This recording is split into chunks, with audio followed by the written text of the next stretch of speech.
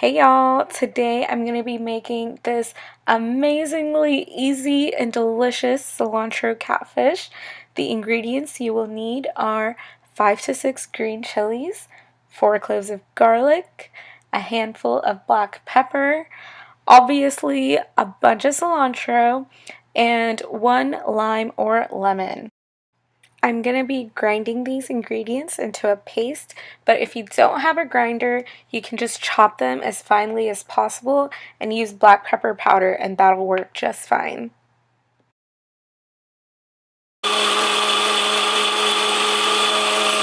I'm adding 2 tablespoons of cornstarch to make my paste a little bit thicker, and it's also going to add a nice crispy texture to your fish when you start frying.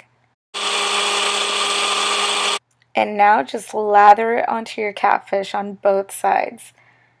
Just like that, slowly, yep. Don't forget the back, you gotta cover all spots.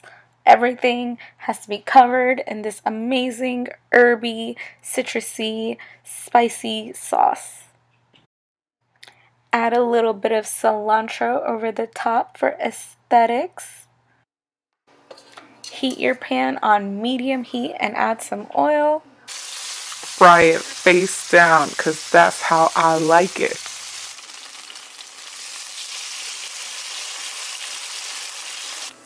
Now flip it over. That looks beautiful.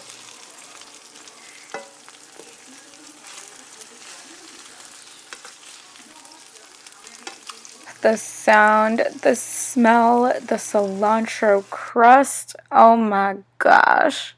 So I'm just going to be eating it with some leftover rice, a little bit more of the cilantro paste, and leftover vegetables. Add some salt or lemon over the top if you want, but I think it's perfect.